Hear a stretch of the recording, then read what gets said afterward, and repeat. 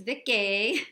It's Vicky, and I'm doing another reading, two readings back to back. This reading is the actual day that it is, January 25th, and today's reading is about loving yourself. I began to realize that in inquiring about my own origin and goal, I am inquiring about something other than myself. In this very realization, I begin to recognize the origin and the goal of the world. Martin Buber. In loving ourselves, we love the world.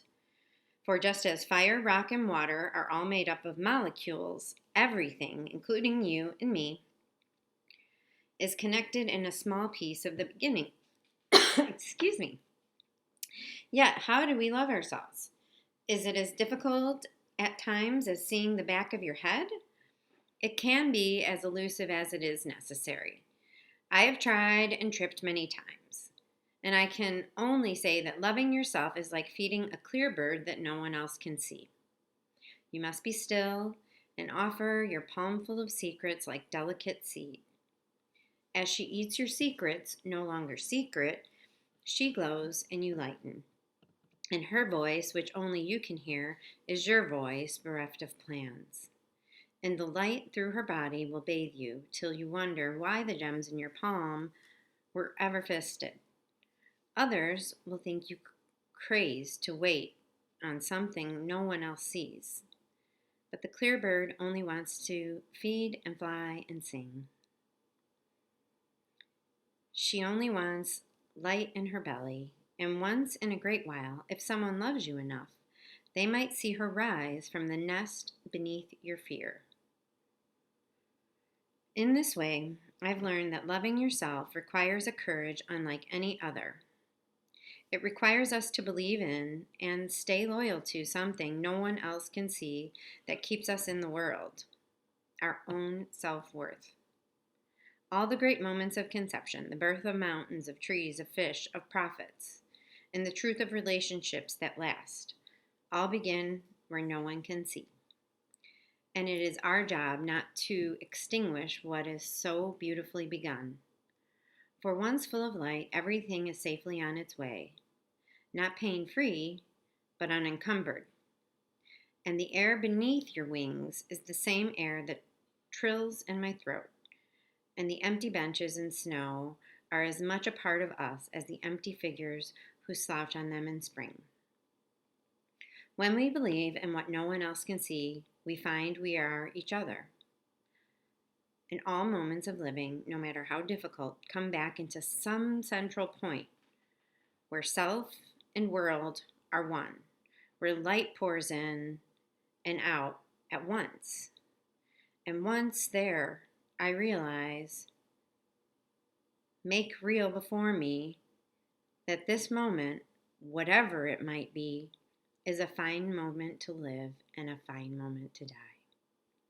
And the activities are, as you sit quietly, let each breath take you deeper into your center. And without sorting or selecting through what you find, become aware of an old and original part of who you are. It could be your laugh, or your stubbornness, or your love of flowers, or your love of rain. Hold that old and original part of you in your breathing as you enter your day. Be open to finding this deep part of you in others, for the same wind touches many leaves. And in that analogy of the small bird is so true, because I'll tell you, when I first got sober and when I first decided to get on this journey of change, of transformation, of fixing my life, I had to put myself first. And that was foreign to me, which is kind of funny because I was doing everything I could to have my own stuff and do my own things, which was extremely selfish, but I never put my self-care and my self-love and anything healthy for myself ahead of anything else. It was, how can I do what I need to do? How can I quiet these voices in my head? Because it wasn't this. And this is so beautiful. As she eats your secrets, no longer secret, she glows and you lighten. And her voice, which only you can hear, is a voice bereft of plans. And it's been something that has been coming to me not just through this book, but in all different directions in these last few weeks. And that is the voice inside.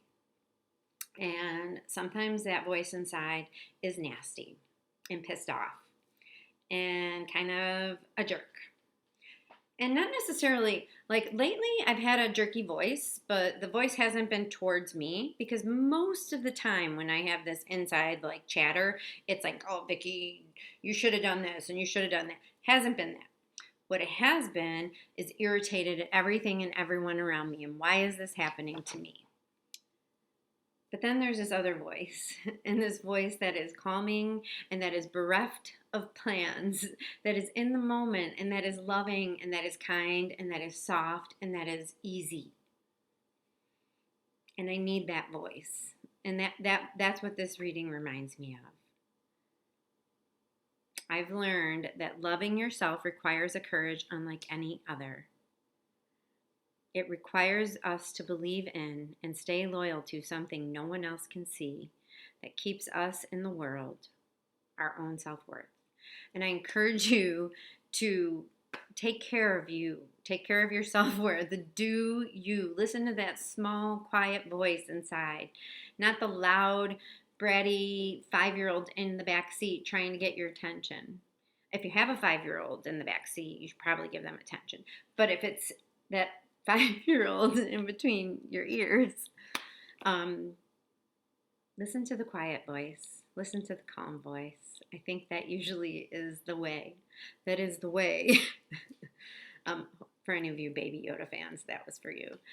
Hope you are having a great Friday. I am so grateful that you are here watching this video. Please subscribe, share it with anyone you think might like this, whether they're in recovery or not in recovery. I just talk about how I got here, how I grow and how I continue to get through this journey, which is not always easy, but monumentally better than it was. Monumentally. So be well. Namaste.